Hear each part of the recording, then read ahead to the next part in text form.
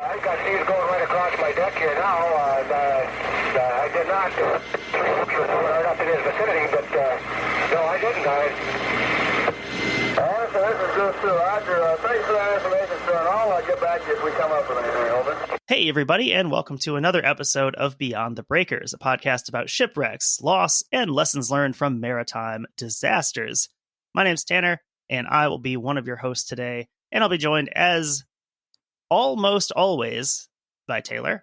Before we jump in, we have some new patrons to thank here. So a big Beyond the Breakers thank you to Kyle, Joseph, and Jessica. I do want to point out that since there is that free tier on Patreon, by the way, that now gets you access to our Discord.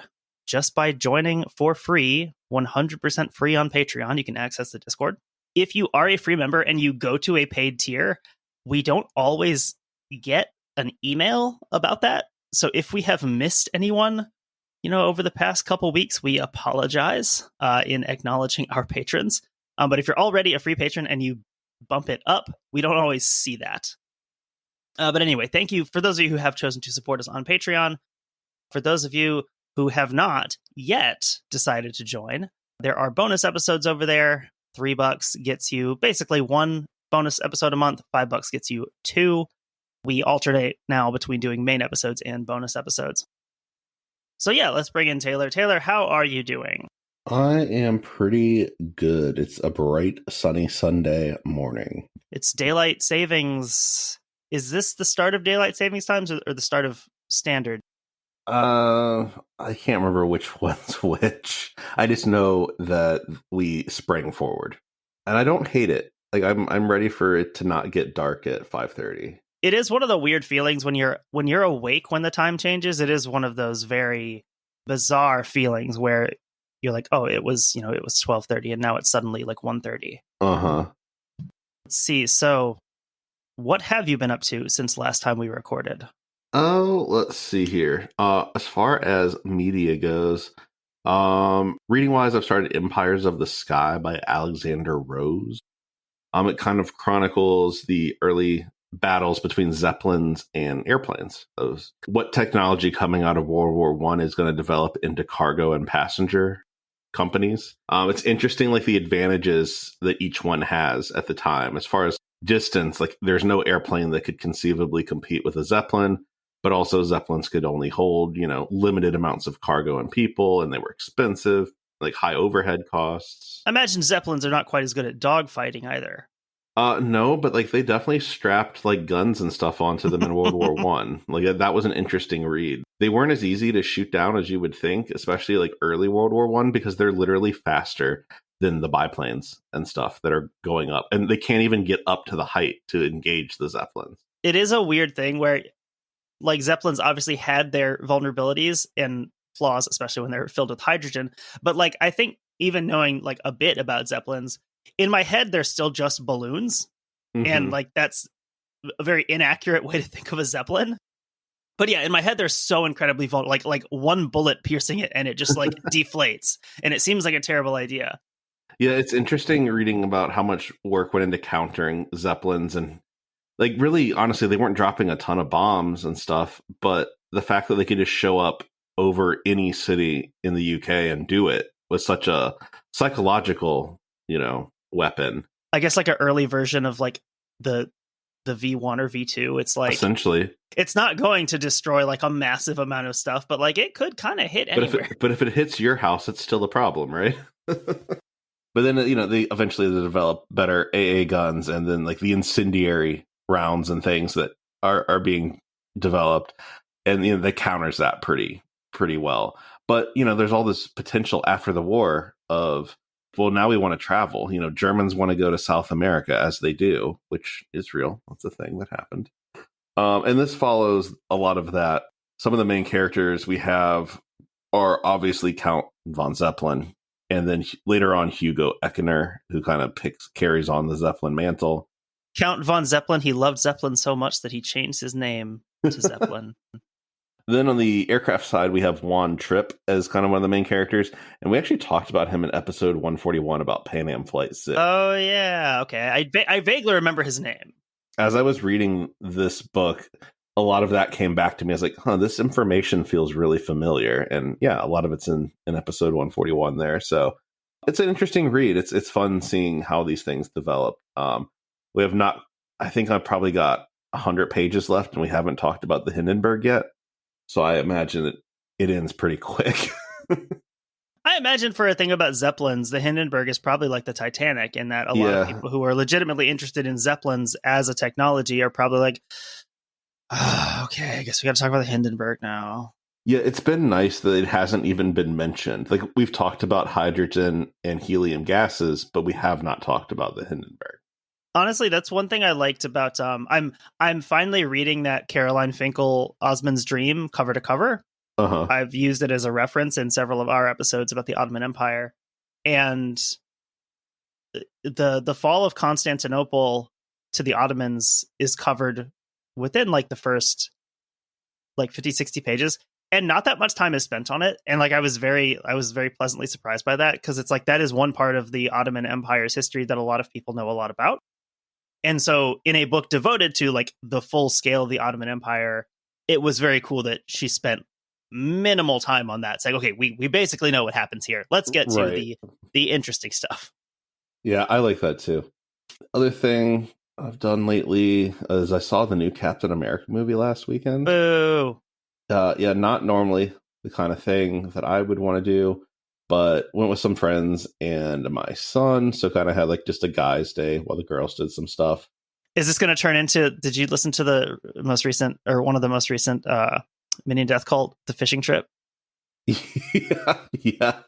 Is this going to turn into that? I just need some guy time. Just need some guy time. I mean, it was fine. The new Captain America was fine. I don't know a lot of the. Is that the one with Harrison Ford? Yeah, so that means like canonically, Air Force One is a Marvel movie. He's the president. Because he's the president in that. He turns into Red Hulk. Yes, apparently. Which I didn't even know there was a Red Hulk until I saw this movie. Yeah, I did not know that either. They all run together. There was a lot of like inside jokes and stuff and things that I didn't fully appreciate. Got me to watch Black Panther and the second Black Panther. Oh, you hadn't seen those? No, I had not. Well, I haven't either, but I've like never seen any of the Marvel movies. But the first Black Panther was breaking news. The first Black Panther was a good movie, right? Ruth Conda forever. The second one was fine, but the first one was actually really good. So yeah, I've become semi-Marvel pilled, I guess. I have at times thought of like, okay, I need to have some cultural awareness of these Marvel movies, at least the early ones. The ones that like I know are widely considered to be okay. And my rationale was going to be that, okay, I need to update my movie references because I can't just keep referencing Titanic to, all my students. To your students. But like I've realized that like literally the last couple terms, whenever I've made Marvel references, my students don't react to it. So I think I have effectively missed the window where that would be an effective pull. That's funny. Like last time, because whenever the word inevitable comes up, I always use Thanos as an example because I know the scene that I'm inevitable, and that always clicked with with a lot of students. And the last couple times I tried to use that, it's just like blank stares. So I think I have missed the window of needing to watch some Marvel movies. That's pretty funny, actually. The thing I was struck by in the Captain America movie is I used to wonder how people could hold certain political views and think like how the government works. But I think a lot of people just think the government works like it does in a Marvel movie. And it really helped me understand people, like the average American voter a lot better. The average American voter thinks that the president can just turn into Red Hulk whenever he wants to. Kind of, in like a metaphorical sense, yes. Mm-hmm. Yeah, I don't know. It was very interesting. I think the thing I find most interesting in the Marvel movies is how like the Americans are represented in the broader like global context of like the made up UN that they have and all this stuff. Like, it's just interesting to see where we place ourselves as like, we'll let ourselves be the bad guy a little bit, but at the end of the day, there's a bigger bad guy. We're doing bad things for the right reasons. The made up UN? Do you mean the real UN? Yeah, apparently. This was the big problem. People just don't understand. I mean, under the Biden administration, people said, Biden, why aren't you turning into Red Hulk? The Democrats would always say, the Senate parliamentarian has to agree that the president's going to turn into Red Hulk. And now, I mean, Trump just turns into Red Hulk whenever he wants to, seemingly, and there's no guardrails. You're going to get another comment from Robert on YouTube about us not talking about shipwrecks. We don't have a shipwreck to talk about today at all. Robert's going to be very disappointed. It's not a ship in the strictest sense of the word, I guess. Can a ship be triangular? What kind of media stuff have you been doing? So, reading-wise, I am reading a book called Confronting the American Dream, Nicaragua Under U.S. Occupation by Michel Gobat. And that's a book that it was mentioned in a podcast series called Under the Shadow that I don't think I mentioned before. It was the guy who made Under the Shadow. He guested on an episode of Guerrilla History. And Under the Shadow is really cool. It is, in a sense, it is sort of in the same sort of vein as like Blowback, with the emphasis being, I mean, Blowback is obviously regional also in the sense that, if they talk about Cambodia, they also have to talk about Vietnam and Laos. But it is more sort of explicitly focused on a region. And so the first season, and I'm assuming that there are more coming, the first season of it focuses on Central America, and it's sort of organized spatially, where he starts in the first episode, he's in southern Mexico. And the idea of the premise of Under the Shadow is basically how, the shadow being, of course, the United States, sort of how that shadow has fallen on Central America throughout its history. Mm-hmm. He starts in, southern Mexico, and then sort of walking southward. So next he goes into Guatemala. There's a couple episodes on, the history of U.S. involvement in Guatemala, sort of from its earliest days of U.S. foreign intervention, up until the modern day. And so as he goes south, he goes through, El Salvador, Nicaragua, Honduras. I probably have these out of order. Costa Rica, and then ending up in Panama for the final episodes. He talks about like the invasion of Panama, sort of the culminating episode. Very cool series, definitely worth checking out. I think there were 10 episodes of it, and then there's some bonus also. But one of the books that he references a lot in Nicaragua is this one, Confronting the American Dream. So the opening chapter of it focuses on the less explicit American intervention. So it focuses a lot on William Walker and the filibusters. And I think the interesting thing there that it really highlights is how popular William Walker was in Nicaragua when it started, because, and I think it's sort of, not to label Walker's politics as like explicitly fascist, because I feel like that's anachronistic for the time, but he was, trying to start a slave colony in Central America, a settler colonial project. When you say it like that, it sounds bad. His message that he's sending out to sort of like the regular people is, he's talking a lot about, we're going to smash this elite landowning class. We're going to redistribute land. So it is the same way that, fascism can send a message that seems wrapped in the same packaging. Like revolutionary. It can use that revolutionary, that, socialist type language, because that language does appeal to people. That's what people want. People want to, smash the landowners and redistribute this land.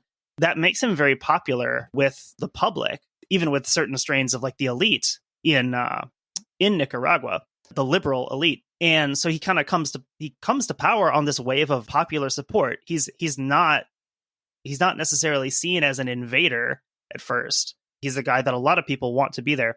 And then over time, people realize that, his project of smashing the landowning elite, he wants to smash the native landowning elite and replace it with Americans. His landowning elite. Yes. He wants to just make this not even part of America. He wants to make this independent, built on the American slavocracy model. He ends up being taken down by a coalition of surrounding states.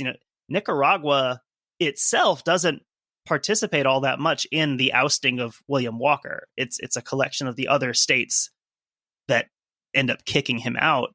And then of course he tries to come back a couple times. He ends up getting executed in Honduras, I believe. It was a good opening chapter in the sense that like the story of William Walker is kind of told as this like rip-roaring adventure tale where he kind of sweeps in to power. And it's like there was a lot of popular support for him, both politically and just sort of like on the ground, grassroots wise. And it didn't really engender the same like anti-American sentiment that you might expect. In the aftermath of the filibusters, Nicaragua, the political elite just sort of like pick the reins back up and start trying to build themselves as another United States. There's a weird disconnect between like this country, more or less. I mean, this didn't have the signature of the president on it. It was officially not legally sanctioned. But, this one country essentially tries to invade you, and then you turn around and try to emulate its model because you see it as, well, we don't want to be invaded again. This doesn't happen to the United States. So maybe we should build ourselves as a model of the United States. Yeah, that is interesting of that emulating it, basically. Even though you're acknowledging that like what they did was terrible, but hey, we should be like them. We also watched the French movie Le Havre. Okay. Katie and I did. Katie did a big Criterion buy. One of her coworkers, one of his relatives he was selling off a bunch of his Criterion collection. What is Criterion? It's like a lot of the old like classic movies are just, I guess Criterion, I don't even know what they are technically. They like release DVDs, they release, Blu-rays, movies, whatever. It's like a collection basically of, classic movies. They have a lot of foreign films. They have a lot of, American films, but just a lot of older stuff. They kind of release probably stuff that's a little harder to find, I imagine. So typically, yeah, it's like movies that aren't released other places in physical format. They have a streaming channel too, where a lot of those movies are available. But she bought a bunch of those. That's where a lot of our foreign films have come from. And so this one was really good. It's funny in a very understated way. Mm-hmm. It's not like a knee slapping comedy, but it reminds me at times of like a Wes Anderson movie with a lot of very deadpan humor. Uh-huh. And it's in French. So like, obviously, if I understood French better, probably a lot of the humor would connect more than through the subtitles. But yeah, we really enjoyed it. It deals with some, big heavy topics. It deals with immigration, kind of centers around a French guy trying to help and harbor a boy who's an immigrant from Africa who's been separated from his family. And so like it deals with like some serious topics without ever really being like too oppressively heavy. Even like the police officer, the detective character is sort of funny in his own way. Yeah, that sort of gives me trying to think of which Wes Anderson movie it is. I can't even think of which one now. But like you said, like how even like the police, like all those serious are still funny. All right, so getting into the swing of things here. This episode will ultimately end in the Sea of Okhotsk, a place we have visited before. First, we went there with the Dalny Vostok way back in episode 30. I had no idea that we did that early. I know, that feels ancient. When you say in the Sea of Okhotsk, you mean in or on? Well, I guess technically it's going to end under the Sea of Okhotsk, but I mean like in the water of the actual sea itself. Not like in our 2-part bonus series on maritime disasters in Russian America, where we talked a lot about the shoreline around the Sea of Okhotsk. We spent a lot of time there as well in part 1 of that series. But we're back. Again, it's a big maritime area. Plenty of material to work with for a show like ours. So let's meet our main character for the week, the Jackup rig SPBU Kolskaya. What's a Jackup rig? It's a rig that's really fucked up. It's really jacked. Really jacked up. Got jacked up. Back when CTE was fun. I'll drop like Michael Irvin or someone saying jacked up, really excited. So we'll talk about what SPBU means in a second here. I guess СПБУ in the Russian. So Kolskaya was built in 1985. It was a product of Finland's Rauma Repola in the city of Pori. She was 69.2 meters long, or 227 feet, with a width of 80 meters, or 262 feet. That's a weird dimension. It's a weird shape because she's triangular. Uh-huh. I guess I think of oil rigs as being square or rectangular, I guess. But I guess no reason for it to not be a triangle. Yeah, and I think the triangle may also be connected to the fact that she's a jackup rig. Mm-hmm. And so this type of rig, or at least this rig, consists of a console, the term for like the actual flat part, and then 3 independently moving support legs. Mm-hmm. They're weird looking things. When they're in transit, these legs are sticking up in the air, And these things look incredibly unwieldy to move. And they don't just look that way, they are, as we'll see in this episode. But they look incredibly weird. I'm looking at some pictures of them. It is weird, isn't it? Everything looks very top heavy. Yeah, because you have this relatively tiny little console with these legs sticking up in the air. It almost reminds me, it's almost like insectile in a way, where it has these long legs and a relatively small body with the 3 legs. It's like an arachnid that has had a very rough time. So Kolskaya could accommodate up to 102 crew on board, though she'll have considerably fewer than that on board for the incident we're discussing today. She was able to work in water of up to 100 meters deep, or 328 feet, and to drill as deep as 6,500 meters, or over 21,000 feet, which is like 4 miles, isn't it? Yeah. It's interesting, though, that she's not operating in like super deep water, because I feel like a lot of the rigs we talk about today are operating in water that's thousands of feet deep.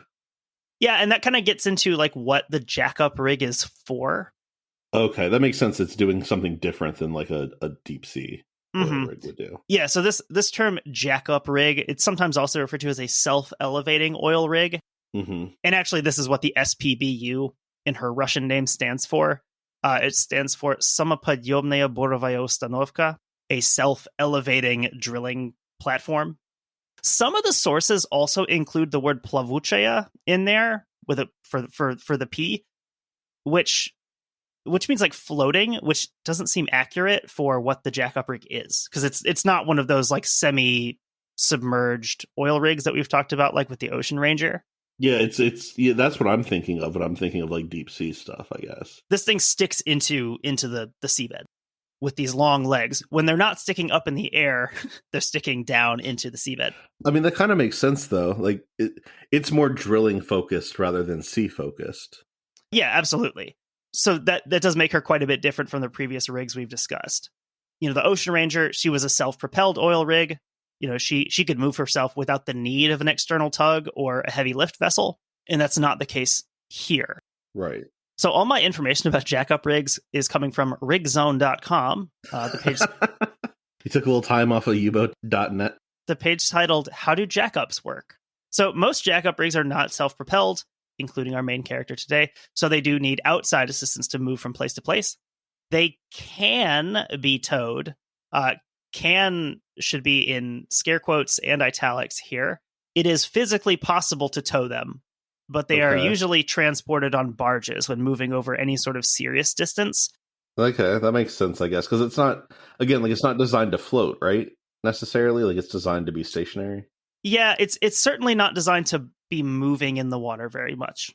So if they need to be moved, you know, a long distance quickly, or as we'll see today, based on conditions, you know, these are not great sea keeping vessels, because that's not what they're designed for. So they're not really supposed to be towed like this in any sort of heavy or, you know, winter type conditions. Yeah, that seems not great. So another difference here is that like we said, the Ocean Ranger was a semi-submersible rig. She had that system of pontoons that, you know, sink underwater, but not to the sea floor, keeping the rig stable enough for drilling operations to happen. Jackups are bottom supported rigs, as are the somewhat less common submersible rigs. So jackups can drill in waters of up to 350 feet in depth. Beyond that, the job would fall to a semi-submersible rig or to a drill ship. I like the idea of my rig being able to float well. It is nice, and this one we'll kind of see that this one has a niche that it can fill in certain places better than other vessels. But yeah, I think the semi-submersible rigs are cool. If I was going to build an oil rig for myself, that's what I would do. If I was Exxon, this is what I would do. Or Amoco in this case. Although Amoco did not build this vessel, but that will be who we're talking about later. Well, Amoco and then Gazprom. So Kolskaya's home port was Murmansk in northwestern Russia. Murmansk is notable as the world's largest city north of the Arctic Circle. Interesting. Number 2 is also in Russia, the city of Norilsk. We talked about Norilsk briefly a long time ago when we talked about the head of MCHS when he was killed in that accident. That was in Norilsk. They were doing some drills up there. I'm pretty sure they mention it in the Captain Cook when he's going up into the Arctic and coming back through some of the Russian properties. I didn't realize he went all the way up there. Yeah, he followed the coast, like up through Alaska and stuff, and then said, you know what? We want to go back to Hawaii. Everything is always peachy and relaxing. Listen, if anyone out there has the creative ability, there's like a 7-day span of time where they're on the big island of Hawaii. And like, we don't really know what happened, but they went from being friends to like murdering each other. You could write some really cool historical fiction. Yeah, I mean, you spend enough time with anyone and you'll, eventually... Who hasn't chucked a spear? Spear them to death on the beach. Ritually, but respectfully desecrate their corpse. Truly, one of the most surreal moments of visiting Hawaii was eating breakfast at this little corner, like breakfast coffee hut, and looking down over Cook's Bay and thinking like, wow, that all happened right there. It's like I remember going on a field trip to Gettysburg in high school. This is when we lived in Pittsburgh, not when we lived in Wisconsin. That would be a very long field trip. I remember eating at the McDonald's and just thinking how like weird it was. It's like, oh, wow, the people died like right here. So Murmansk is on the Kola Peninsula. This is where she gets her name, Kolskaya, just like the adjective form of that. This is also where we have the Kola super deep borehole. That's where this is. It just sounds awful. It actually sounds worse in Russian. It's the in the Russian name of it is the Kolskaya Sverglupakaya Skvazhina. So the Kola super deep borehole. That doesn't really play into our story at all, but it is cool, worth mentioning. One of the good English language sources for kind of an overview of her career, especially her early work, is a Norwegian website devoted to the Valhall oil field, which is southwest of Norway. And so I found this account of some of Kolskaya's early work. Remember, she was built in 1985, a product of the late Soviet Union. Kind of said that with a Pittsburgh accent. Soviet. Yeah, that was like Pat McAfee was guesting on the pod. She can go about 300 feet down, straight down, and drill that oil. So the following information comes from an article titled Kolskaya, an outsider with a tragic fate. Spoiler. By Finn Harold Sandberg. I assume Finn is his first name, and they're not designating him as someone from Finland. I was going to ask you about that, actually. But no, his name is Harold Sandberg, so that would be a strange name for a Finn, I think. He is was the president of the Norwegian Petroleum Museum. As this part of the story progresses, we might see some previews of what's going to happen later. So that article starts out in the year 1989 with drilling superintendent Ivan Hansen trying to find a rig for a job on the island of Hod. 70-meter depth made the job impossible for most Jackup rigs. And actually, before we read this, because these are relatively mobile, it's not that hard to put them on a heavy lift vessel and move them where they need to go. They're used a lot for exploratory drilling. Yeah, so you're not committing like massive amounts of capital and resources. Yes, you don't want to sink like one of the more permanent ones there if you're not totally sure that there's a big deposit here. However, Hansen got a tip about a Russian rig called Kolskaya through a Norsk Hydro employee in Moscow who knew somebody who had worked in Norway's Divey Shipping Company and had founded SeaTech, later Stena Drilling. An invitation was secured to inspect the rig at work in the Russian sector of the Barents Sea. This article notes that Hansen was reluctant to use a Russian rig, but was convinced to try it out given its Finnish construction and American equipment. I mean, the Finns and Russians, really never, no issues there historically, right? Well, and as we learned in the folklore episode we did recently, the Finns can command the power of wind and wave since they're all storm witches. So you do probably want one of them involved with your oil rig. A visit was arranged and a delegation from Amoco left for Moscow on the 1st of September, 1989. I remember the date particularly well because it was the 50th anniversary of the outbreak of the Second World War. And there was a lot of commotion in Moscow that day, Hansen recalls. The actual trip out to the rig proved fairly dramatic. The Aeroflot flight to Murmansk was uncomfortable, and the supply ship they sailed on lacked both amenities and hygiene. Poor weather also helped to depress the party spirits by the time it arrived. I know that like right now we are sort of one to talk when it comes to airplane safety, but taking an Aeroflot flight to Murmansk in 1989 sounds like a terrifying experience. Yeah, like when the mechanics have just been like paid to look the other way by the airline for like the last 2 years. Late 1989. That's some interesting, like, just like historical background to this is that like this story, this part of the story, not the main story, but like this part of it is happening. You know, this is the slow collapse of the Soviet Union happening right now. You know, Glasnost and Perestroika have already been implemented, and you know the Soviet Union only has like 2 years left at this point. And like, who is it? Elise Slotkin, who referred to herself as a Cold War kid. Yeah, yeah, I count because of this. I was born in April 1991, so like technically, I think I could get away with calling myself a Cold War kid. Reagan was president when I was born, so that counts. I'm definitely a Cold War kid. So in this rough weather, the Russian interpreter, the interpreter of the Russian language, I don't think this was a Russian employee. The Russian interpreter became seasick and was unavailable until the supply ship reached the platform. Hansen describes it as, quote, the worst travel experience of my life. Like every leg of this sounds terrible. The flight. It really does. Then you get on this ship in this rough weather. It's probably really cold, I assume. But it also it's exactly what you'd expect in like the dying Soviet Union. When they got to the rig and inspected it, everything seemed to be in good working order, which makes sense given the recent overhaul the platform had received. An overhaul she received because of the damage sustained during operations the previous year. So extensive had this been that the repairs off Murmansk took several months. Kolskaya was incidentally responsible for approving oil off the island of Kolgoyev in the Soviet Barents Sea, which had attracted great attention when it was announced.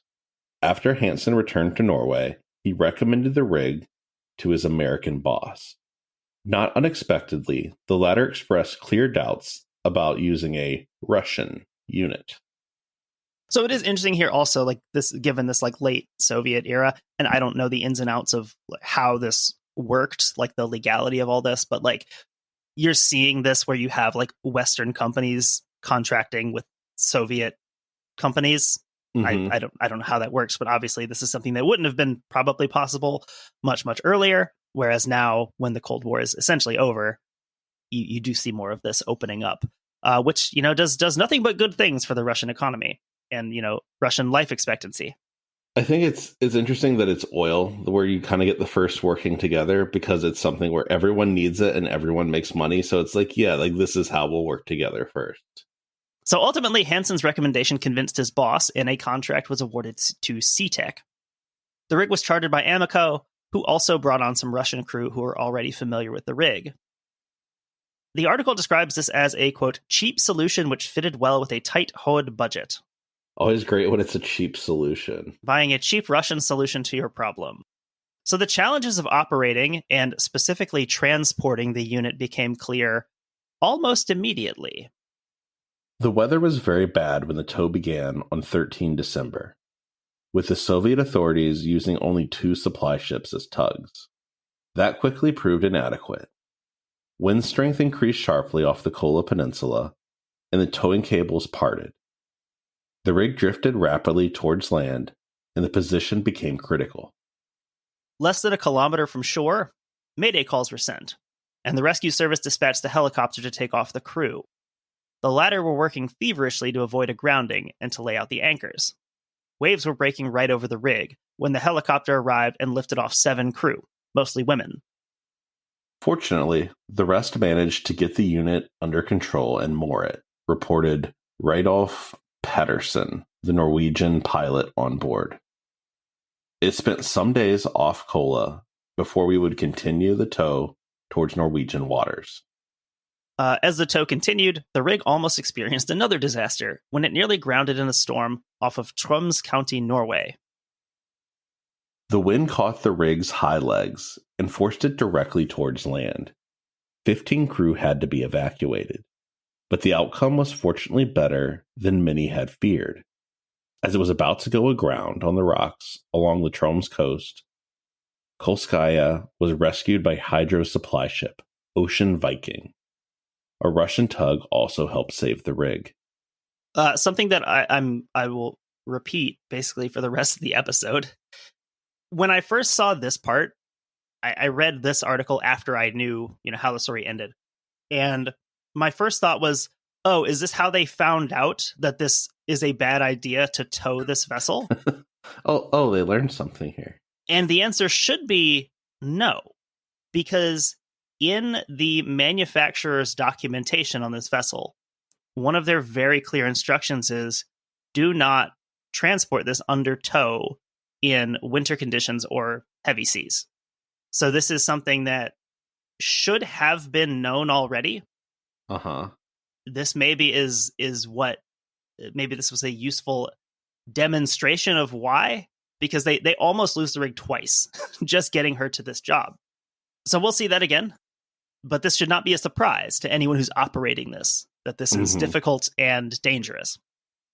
Not wanting to risk further catastrophe, having almost grounded the rig twice, Amico chartered heavy lift vessel Mighty Servant 1 to take Kolskaya the rest of the way to Stavanger, where she was given a final once-over before beginning the Hod drilling job.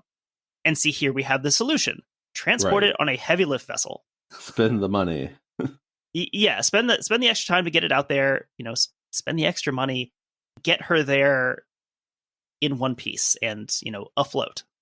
Once on site, everything appears to have gone smoothly, and in the summer of 1990, Kolskaya drilled 4 production wells in the Valhalla field.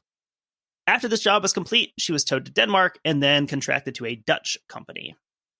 In August of 2011, so fast forwarding a bit of time here. Yeah, that's a big time jump. Her other work history might be available somewhere. It didn't come up as particularly relevant. I would imagine if there's no notes, then it's just productive and boring. Yeah. So in August of 2011, Kolskaya was delivered to the port of Magadan on the Sea of Okhotsk. After being transported from Murmansk via heavy lift vessel, transshelf, down through the Atlantic, the Mediterranean, through the Indian Ocean, and then finally north through the Pacific to Magadan. Magadan is a major port town in Russia's Far East, and also, historically, a major transit point in the movement of prisoners into the Gulag system. It's often referred to as the capital of the Gulag. Wouldn't that be fun? Like nowadays, you can have that as like your fun little city sign, like as you come into town. So the Gulag, obviously, for obvious reasons, is associated with the Soviet Union. But like many things, when you have a change of government, the one is usually built on the infrastructure of the previous one. So the Soviets are definitely not the first to use this area for convict labor. I mean, in the Russian Empire, people were getting sent, to Siberia as well and to the Far East. Not like super familiar with how the Gulag system actually works. Like, is there any productive work being done, or is it purely like punitive? Like you get sent there to like crack rocks open. Yeah, I mean, my understanding of it is that like obviously like there is the penal element to it. In some of the cases, they're working on things that, it is hard labor. Some of it seems to have been relatively productive, exploratory, looking for resources, things like that. I don't really know. There's probably a much better resource on how much of that was punitive and how much of it was intended to be actually productive. Yeah, that's just something I've thought about. I need to probably read more about that. But like, I mean, it's not settler like exploration necessarily, but like it's sort of the equivalent of sending out the small rig to go find something before you invest a lot in developing a coal seam or something like that, probably. It's like a cold Australia. Basically, that's kind of how I picture it. But again, the Soviets aren't the first to use this as an area for convict labor. Quoting here from David Nordlander's Origins of a Gulag Capital, Magadan and Stalinist control in the early 1930s. As far back as the previous century, scientists had theorized that Kolyma Valley and Chukotka Peninsula contained large quantities of gold because they were geologically related to the adjacent territories of Alaska and the Yukon, where massive strikes had set off stampedes around the turn of the century. The enormous potential of the area had been proven in other ways as well, for convict labor under the Tsars had returned a few tons of gold to the state treasury from the region even in the 1850s. But lacking sufficient means for intensive development and facing national and international distractions, Tsar Nicholas II issued leases to select foreigners in the 1890s to prospect the territory further and substantiate its economic value. I think that's another thing that comes up. I forget where I first read about this. This is something that comes up with like the Russian Empire. We kind of think of it as being backwards, but the extent to which it had been capitalized, like it was a capitalist state attempting to keep up with the other capitalist states. And like here we see this where we have this foreign investment coming in to sort of try to build the economy in this area. Well, it's interesting that they're almost outsourcing their capitalism almost, in that like in America and Canada, you just had to like have some money or mortgage some money and then go buy the stuff and go do it. And then if you failed, it was on you. Here, it's like there's no private citizens in Russia that have the means to do that. So like we'll let foreigners come and do it instead. It's just interesting how that plays out. So the original rationale behind settling and colonizing this area was trying to extract a resource, gold, that had been found in the geologically similar regions of the Yukon and Alaska. Is Yukon the Yukon a controversy like Ukraine and the Ukraine? I wonder. I don't know. Fast forward about 2 centuries, and there's another different resource that Russia is looking to find that has also been found in Canada and in Alaska. Oil. Which brings us back to our main character, the Kolskaya.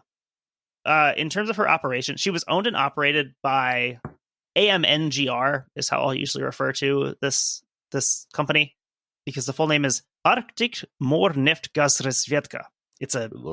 It's 5 words jammed together into an acronym. AMNGR is a subsidiary of the Russian state-controlled oil company Zarubizhneft, with AMNGR specializing in Arctic exploration and extraction activities. Extraction activity is a fun way to refer to drilling. It is, right? Many of their operations take place in the Barents and the Kara Seas, both of those being close to their headquarters in Murmansk. Makes sense. We talked about her moving to the Far East. And so this brings us into the incident portion of our episode. Hell yeah. A little over an hour into the recording. This is like there's your problem episode. Sort of, which is fine. I mean, we do fewer of them now, so I'm fine pouring a bit more time into it. On December 18th, 2011, the Kolskaya was traveling under tow by the tug Neftgaz 55 and the icebreaker Magadan. You're not supposed to do that. Not really. Not over any significant distance, certainly. Kolskaya had just completed an exploratory well for Gazprom off the coast of Kamchatka in the West Kamchatka license area. Kolskaya herself was captained by Alexander Sergeyevich Kozlov, and also on board was head of fleet operations Mikhail Nikolaevich Tersin. It's like reading the Red Wings roster from 1998. A lot of the stuff with like positions and ranks and things like that are in translation, like by me. So if there's mistakes, that's my fault. So my understanding of this is that, like a lot of the rigs we've talked about, you have people on board on the crew who are responsible for the transports, the actual sort of, sailing operation portions of it. And you have people who are responsible for the drilling portion once they're on site. Right. Separate but equal. We've talked about how those sort of transition where when it's underway, sort of the more maritime crew is sort of running things. And once they're on site in place, that a lot of that shifts to the drilling personnel sort of running things. And so you of course have both sets on this rig as well. They had departed Kamchatka on the 11th of December, bound for Korsakov on Sakhalin Island. They're 5 days into the journey when the conditions started to deteriorate. The speed of the transport was increased in order to beat the oncoming weather. That's usually not the right play, historically, I don't feel like. No, and that's for like actual sailing ships that are designed to sail in relatively rough weather. So here's where they encounter their first problem. Kolskaya had problems already back in August with cracks being noticed in her hull. Those had been patched, but it was noticed again that cracks were forming in the outer sheathing of the platform. I really prefer my Jackup vessels to not have cracks in their hull. Yeah, I mean it's already jacked up. You don't want it cracking more. Jacked up, but not cracked up. And so a call was placed to AMNGR. And this is one of the complications in this episode that, potentially leads to a lot of what happens. There's a very top-down oriented command structure in that really any decision that's made on the platform, in terms of movement, in terms of operation, has to be approved by the management. And that's going to apply to things like this, where it comes to keeping the platform safe. They're not really permitted a lot of independent initiative. So a call is placed to AMNGR asking permission to stop the journey and lower the support columns to stabilize the platform and enter, I guess the best I can translate here is drift mode. Mm-hmm. And I don't 100% understand what's being requested here. It seems like these columns can be lowered, even if they're not being lowered into the seabed, to stabilize the platform, putting those in the water. Changing like the center of gravity and bringing it down, which probably... Yeah, and like you don't have it catching so much wind, when they're up like that. So it seems to make sense that they can lower these even just kind of on a temporary sort of emergency basis. Mm-hmm. This request was denied. Why? Because they would have had to stop. Okay. And they're trying to beat the storm, basically. Yeah, I don't think it's necessarily a good idea for them to try to move it when they have those... That makes sense. Those legs down, if they're not, planted. Mm-hmm. So one of the survivors would later remember. There's a lot of water in the vessel. Water was coming through the bulkhead, behind the bulkheads, on the first level, in the bathroom, through the hatches, through the toilet bowl. There were cracks at the bottom of the hull, on the outside along the bulkheads. So this doesn't sound great. No, that sounds bad. From the 17th and into the 18th, Kolskaya and her two escorts were experiencing winds of up to 55 miles per hour, or 90 kilometers per hour. In the Russian article, this is actually given as meters per second, as 25 meters per second, which just makes it sound insanely fast. Uh-huh. Wave heights are between 4 and 5 meters, or about 13 to 16 feet. Yeah, that's not great. Especially when you see how low this thing sits in the water. Obviously, like the platform itself is quite low, and it's got these big legs sticking up over it. Some of the technical parts here, someone who knows more about these rigs could probably give a better explanation of what's happening. Just based on the in translation is the only real detailed stuff I could find about how this actually physically happened. Mm-hmm. So some of the stuff might not make sense. If you know what I'm talking about, maybe this doesn't make any sense at all. Maybe this is all wrong. So this led to what I'm translating as nose cone of the platform being torn off. Okay. Later, there's a reference to the triangle being ripped off, and I believe that's also what this is referring to. So when this happened, her ballast tanks became flooded, and the watertight seals on the upper deck were breached. In the stuff about this, you hear about she starts taking water from the bow, and so she starts to sort of tip forward. The engine room began taking a lot of water, more than the pumps could handle, and the Kolskaya began to sink. Obviously, with the way that she's designed, once she starts to tip, she's probably going to keep going. It's very hard to right this ship once it's developing a list, or not even a ship, really.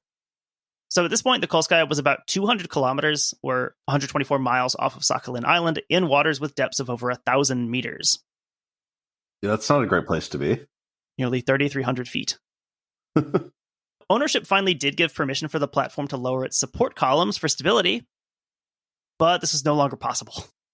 According to Natalia Dmitrieva, daughter of Mikhail Tersin, quote, "All of the leg mechanisms were frozen, and it was impossible to lower them, especially the forward leg, number 2. It was all like one block of ice." I think that is one of the dangers of transporting it like this, is that these things can ice up, and so... That's going to further screw your, center of gravity, too. Yeah, and so now by the time the ownership decides, okay, yes, you can lower the legs, that's not an option anymore. She's already too far gone. So one survivor who was able to give his account of the sinking was Sergei Grauman, who was 24 years old at the time. He was serving as a deckhand. The Russian term is pomoshnik on board.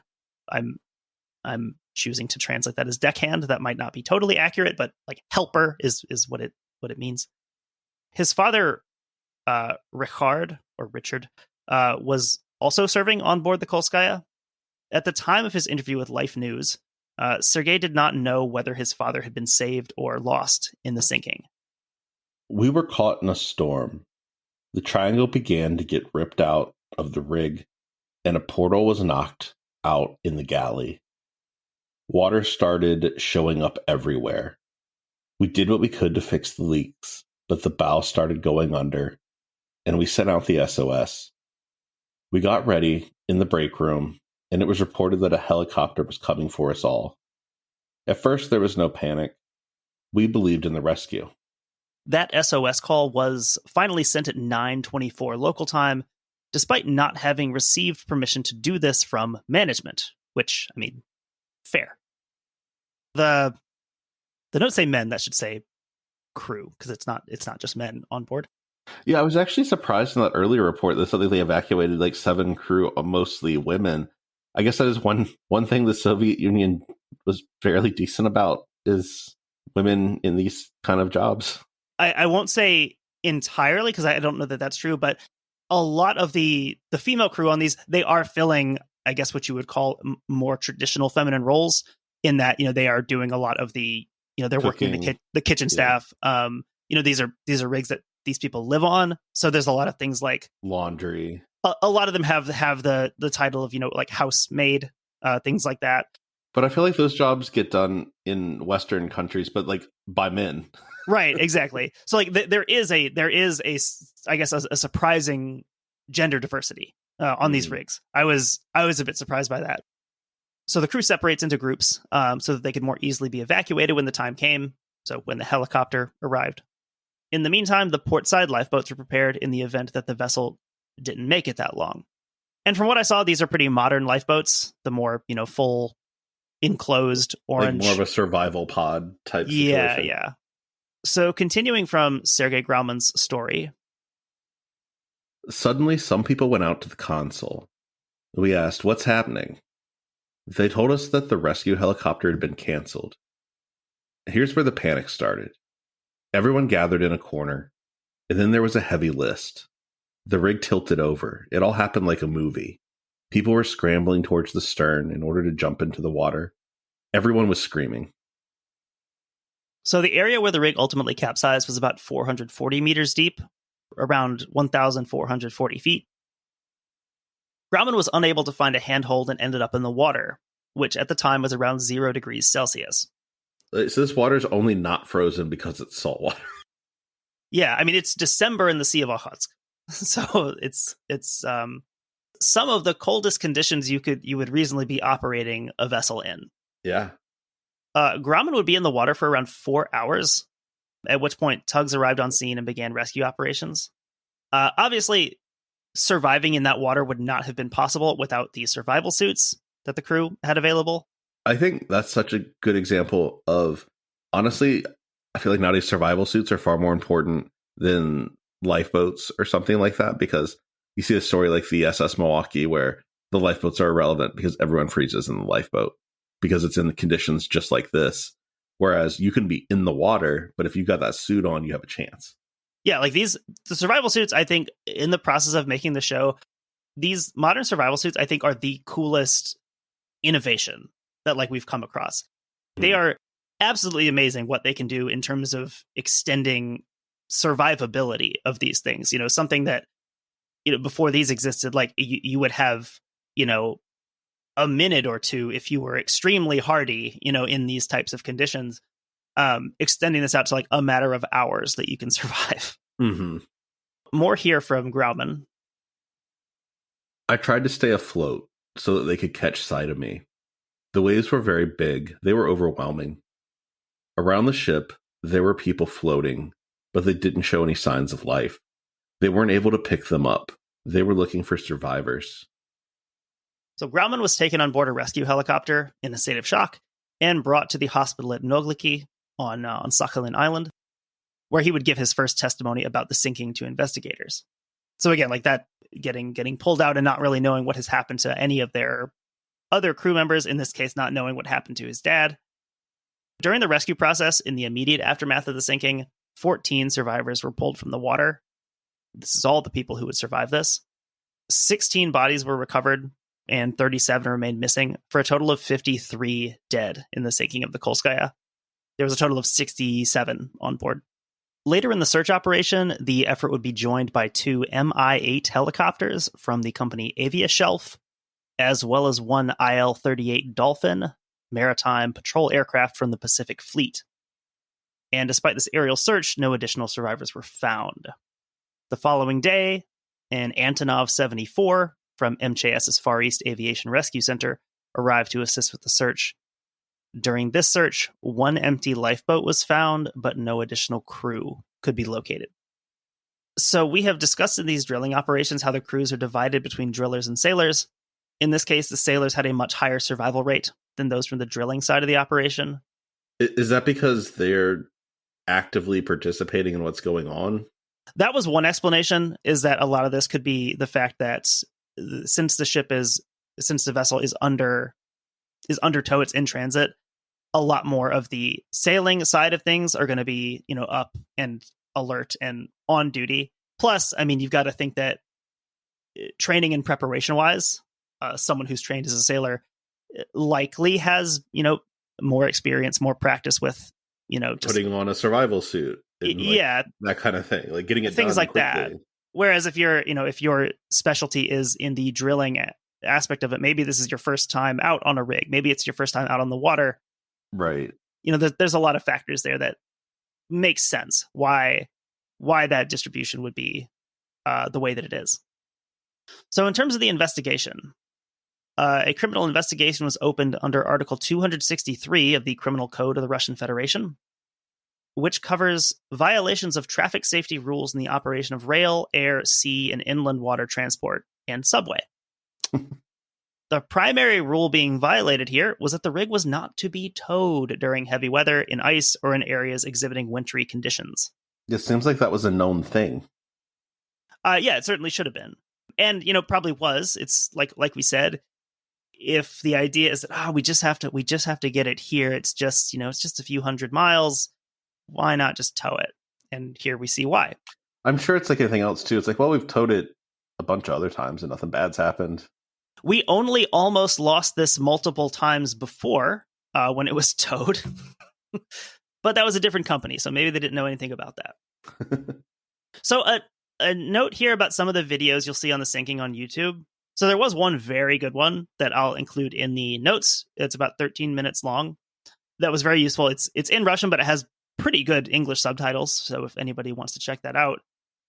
Some of the videos, particularly the news reports that cover it, the graphic representations of how it sank are not really accurate, because some of the news reports, they show the rig on board a heavy lift vessel that itself capsizes with the rig, because again, kind of assuming, well, that's how it's supposed to look. So they're showing it how it would have happened, and it wouldn't have sank, basically, if it had been... Essentially, yes. I mean, that wouldn't have been a problem if it was on a heavy lift vessel. But yes, this is definitely a case where the rig is being towed. So it is in the water and it is attached with tow lines to these other vessels. I can see, though, where to a general audience, it probably doesn't make a difference. But to anyone interested in more maritime stuff or accident investigation in general, the fact that it being towed is what caused it is very important to the story making sense. And there's a good picture that I'll show in the process of, sharing this this episode. It's under tow. It's from that Valhalla oil field website, and it shows her under tow by 4 vessels. It really highlights how vulnerable this thing looks in the water when it's under tow, and how careful you would have to be. So like we said, the towing rule was explicitly stated in the manufacturer's documentation on this rig. And so in addition to that, the Russian Maritime Register of Shipping prohibited towing in the Sea of Okhotsk after October 15th. I don't know if that was specific to this rig or to oil rigs in general, or if that was a rule in a wider sense, because I know that other types of vessels can have problems with towing as well. It might just be a best practice thing. In October 2012, an investigation of the wreckage was conducted with the hydrographic vessel Kendrick. Probably drop a Kendrick Lamar sound right there. In April 2013, the examination of the wreckage concluded, but the results of the investigation were not publicly disclosed. Okay, fun. Very Russian. different countries, I'm sure, have different basic practices here. It I seems guess like it's only strange in the sense that, like, up until, well, now, like, the NTSBs, they have to publish their findings. You know what I mean? Like, when they're done, they publish it. Lord knows what's going to happen in the future. But, like, that is kind of cool that every NTSB report ever made, like, gets released and you can read it and you can, you know, see what and why they decided things. And, like, if they suddenly said, like, okay, this one we're actually going to keep secret. Yeah, that would, yeah. It would be, what could have possibly happened this time? So there were complications in receiving insurance payouts for the families, again, as the rig was being operated unsafely. I mean, I feel like someone's paying some money. Right, and that's what ultimately ends up happening. And these numbers came from that video, and so I had to grab them quickly. So I'll go back and try to double check these. When it was proven that the rig was being towed in violation of safety regulations, the owners paid out 263 million rubles. I believe that is per victim. That's not about that many. That's not that many rubles in the grand scheme of things. It's about $3 million by today's conversion rate. The calculation being 10 years' salary for each of the deceased. I don't know how in line that is with, other industry standards in terms of stuff like this. We've seen episodes where, families get the equivalent of like $500. Yeah. I have to go back and look at the Kursk notes to see, but I don't think it was this much. Yeah, it was definitely lower than that. I remember talking about that. On May 3rd, 2017, the Pervomaisky District Court of Murmansk sentenced the former directors of AMNGR, Boris Lichvan and Leonid Bardzilovsky, to 6 years in a corrective labor colony. So in terms of its aftermath and sort of its legacy, there's an article from Maritime News of Russia by Yuri Kostanov, who I believe is an attorney. He works with a lot of these types of cases.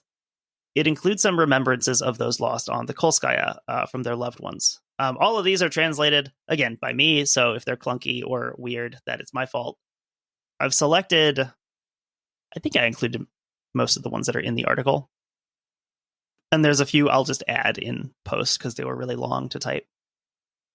So starting off here, this one is from Marina Ivanova, whose husband died in the sinking. Some time has passed now, but my youngest daughter always cries for her father at night. I have 3 daughters, and all of us can't believe he's never coming back. We're all waiting. Hear from Yelena Obmankina, who lost her husband Dmitry, a maintenance worker on board. She said, Dimichka, you're alive. I feel it.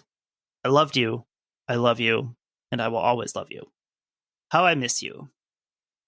Another one here from Alina Galich, whose father Vladimir Nikolaevich was bosun on board. The last time we saw him off, he promised with a smile to be back for New Year. Dad, why couldn't you keep your promise? I believe you're alive. Of course you'll come back. I'll always believe that. I've got a longer one here from Dmitry Svistunov. Dmitry's father, Nikolai, was the doctor on board the Kolskaya. And this one is of particular interest because Dmitry also runs the website dedicated to the sinking. So a lot of the personal information in terms of like people's roles on board, even just like the names of the victims, that's where I got that information from. Interesting. So in this quote, also he'll refer to Sevryba, a fishing and seafood company. It's just, it would be like, I guess if there was a company called Norfish in English, but just like they make seafood. My father was connected to the sea. He worked his whole life in the medical unit for Cerebra. He went to sea as a ship's doctor, and back on shore he held the position of duty chief physician for the fleet. I remember at that time I was happy that he got a job on the platform. I decided that it was safer there than on a ship, since it stays in place. If only I could have known then how wrong I was. The last time we corresponded was on the 11th of December, before the towing started. He texted me that the icebreaker Magadan had arrived, and that soon the platform would be towed to Sakhalin. That was when I first started to worry. I texted back, why an icebreaker? What, are you an ice? Dad calmed me down. He answered that there was no ice, just some slush. and that the icebreaker would be used as a tug. This, as it turns out later, also played a fatal role.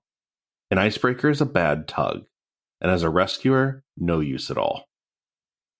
So that's actually one of the things that I might add it in post, but I'll mention it here. Some of the survivor accounts do mention the fact that, as this thing is sinking, it has these two towing vessels, right next to it.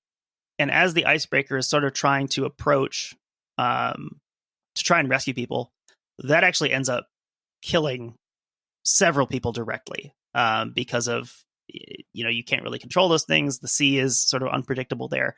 So a lot of people do end up getting essentially crushed by this. It's not built to be a rescue boat. Yeah, so it's not really that much use, like he says there, as a rescuer.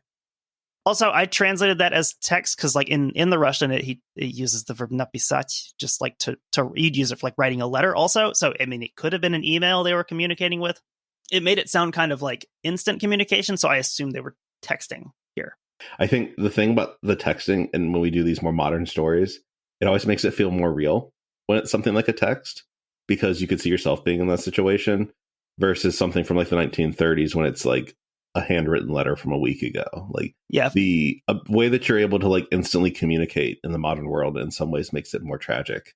Oh yeah, actually, okay. I thought I remembered something. He actually, on the website, Dmitry he has like a picture of it's like his Samsung phone showing like the texts. It doesn't show the message, but it shows like he has received a text message. So yes, I'm assuming all of that was done through text. Alexei Bubnov was a senior machinist on the Kolskaya.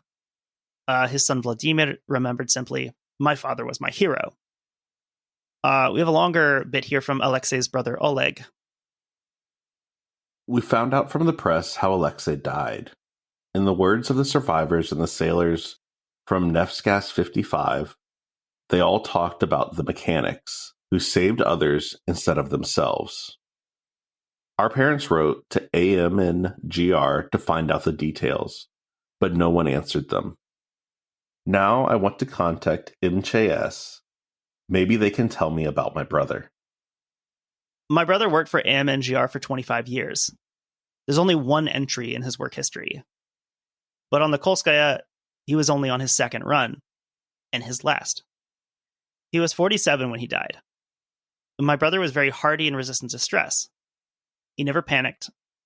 That's why I really believe that Alyoshka staying calm pulled others out. He probably didn't think that his strength would leave him. He would have thought, tie yourself up and save the others. But he wasn't thinking about himself at that moment. No matter how strong a person is, at some point his strength will run out. Alyosha was listed as missing. Now he's been declared dead. Our parents still remember him and love him and wait for him. Mom once said it seems to her that there will be a knock on the door. She'll open it and Alyoshka will be there. Honestly, I have dreams like that. On the anniversary, I don't want to go to the cemetery. Alyoshka isn't here anymore, but Mom and Dad are. Their health is the most important thing right now. So there is an article, I didn't include it in the notes here, but it's one that I read. The families of the Kolskaya victims would later petition the Russian government to recognize Bubnov and another crew member, Roman Tikhonov, for their bravery in pulling several unconscious crew members to where they could be recovered by the Neftgas 55. So in this case, you have these two crew members in the water.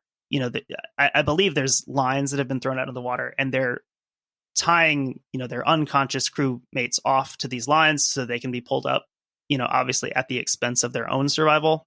Mm-hmm. So yeah, I mean, like in these, I think it's pretty amazing how often you have stories like that in these types of situations.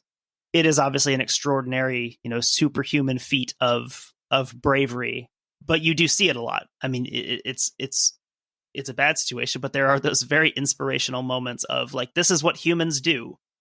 I think it's interesting, like the beginning of his quote, when he's talking about his brother, talking about how he probably doesn't even think about like, oh, I'm going to run out of the strength to do this. Like, it's sort of fight or flight. Like kind of either like you're not thinking about it as you're doing it. You're just reacting to the situation, which I think is kind of cool. So the last one here that I'll include in this section is from Svetlana Zdanyuk, who actually served on the Kolskaya as part of the kitchen staff. Kolskaya was my first posting and my last. My child was little at the time. Work was hard to find in the city. The option of going out on the platform came up. Having not completed my education at that time, I only managed to get a job as a service worker. I remember I brought the documents to the office, and they told me that I would go to Kamchatka to work on a drilling rig. To be honest, I wasn't familiar with what this was. I just needed the money. At that time, I was 21 years old. When we sailed from Magadan, it was scary. There were only men around. I tried not to interact with anyone. When we got to the platform, I saw her up close and became frightened. It seemed huge, and it was so high above the sea. They lifted us up there on this thing that looked like a big crab trap. You stand up on it, hold on, and at your back is the height and the sea. It was very scary. On the day of arrival, I signed the safety precaution instructions and started a shift with the team that worked in the kitchen. I was well received. The head chef, Yuri Nikolaevich Baikov, took a look at me and said that I was a small, fragile girl and I had no business working in such a place. Now I look back at it and smile, but at that time I felt ashamed. I worked in the kitchen during the day. All of the women were from Magadan. Olga Kozlov worked as a baker, Natalia Kopalova in the laundry, Irina Ostrovskaya, my replacement in the kitchen at night, Maria Arbus, and Irina Ponomarchuk, housekeeping. I especially liked Maria. Already a grown woman, we called her Aunt Musia. She always supported me, looked after me, gave me advice. I remember how badly she wanted to go home, but they wouldn't let her go since there was no one to take her place. No one wanted to go out to the platform. I also really liked Olga, the baker.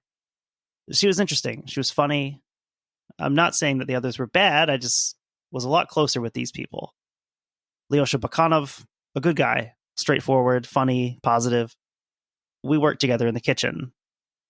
Ilya Ivanov, a cook on the night shift as well. I remember Alexei Filimonov. He was always joking and during breaks would always come for piroshki. There he was, always with a smile. Alexander Mikhailovich Zaritsky, I also remember. He always had a good word to say. Vitaly Perkov, Sergei Garkin, they were all so good. What a shame. After work, I generally tried to go to my cabin and sleep. Sometimes I'd go below where we'd play around on the computer, drink tea. When you work in such a confined space, everyone is like one family. All the same faces. Over time, the memories become dull. I try not to think about it. It's painful. I was there until the 8th and 9th of December. I started having back problems and they sent me home. I owe my life to Dr. Nikolai Vasilievich Svistunov. He's the one who insisted on sending me home. It's a tough subject for me. Everyone experiences grief differently. I'm like an ostrich. I bury my head in the sand and try not to think about it. Because when I think about it and I remember, my heart tears itself apart. At the time of the accident, I felt guilty because I was also supposed to be out there together with the others. But I was saved. And I'll always ask the question, why me? Why not someone else? It's such a pity for the families destroyed, for the children left without fathers, without mothers. Such an irreparable loss. If the doctor hadn't sent me home, my son would have grown up half an orphan. It's scary to think about. So to wrap up a bit, a few little recent updates to the story. From what I could tell, AMNGR now operates 3 Jackup rigs, Murmanskaya, Nevskaya, and Severnaya Aurora. They operate in Russia and Vietnam. Interesting. In addition to their exploration and drilling operations, they operate a vocational training school that has trained about 6,500 people in the field. One of the things on the website on the Kolskaya.com is the website. There is a page on there about a new search operation in the area, just, looking for whatever can be found. The wreckage was located. Obviously, they investigated it. But looking for, I'm assuming anything they can possibly find in terms of, debris, any sort of, possible human remains that could be found, because, quite a lot of the people killed in this were never recovered. I don't know that anything came from that, but I definitely want to research that further. Mm-hmm. I didn't really get a chance to read too much about that. There was one testimonial that I left out of the previous section that I'd like to end with.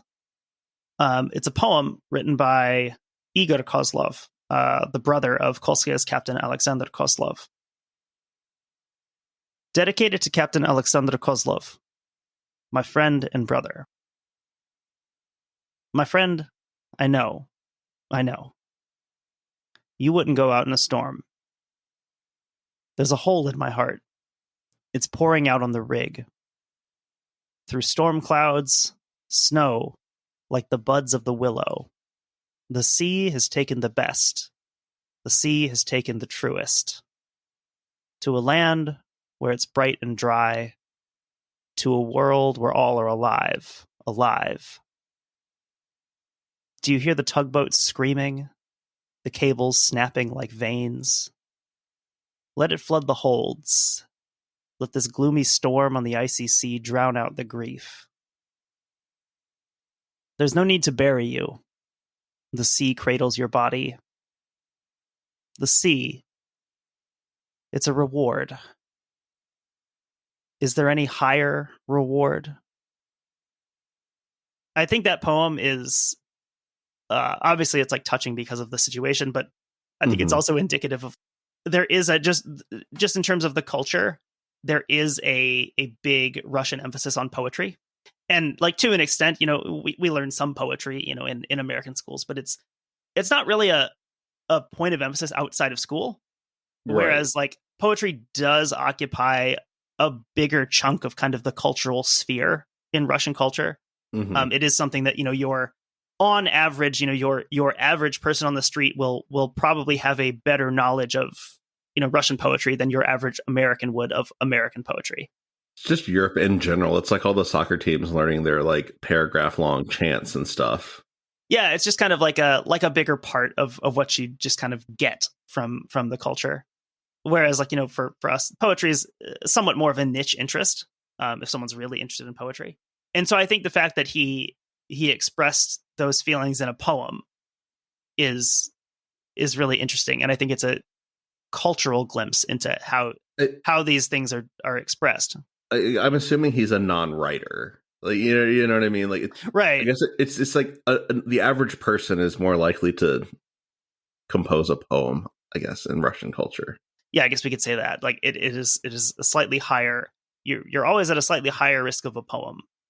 That was part of our oral exams in Russian class. We would have a part that was more conversational, where it'd be like a general situation you'd have to prepare for, like, prepare to talk about walking your dog in the park. And so you'd go and, to your oral exam, and, the TA would have some sort of scenario around that. And then the other part of it was always like a rote memorization thing where we would memorize a poem. So like, I remember one time it was Alexander Blok, his poem Apteka Ulica Fanar. There was a few others we did, but it was like a cool part of Russian class was having to do some of those memorization things. Let's see. I think that wraps up all of the notes I have here. So at this point, I will say thank you all for listening. If you have no other final thoughts, Taylor. No, that sums it up. All right, we'll try to get this edited. I'll try to get this one out quickly. It's a bit of a longer one, but I'll do my best. And we will talk to you again shortly.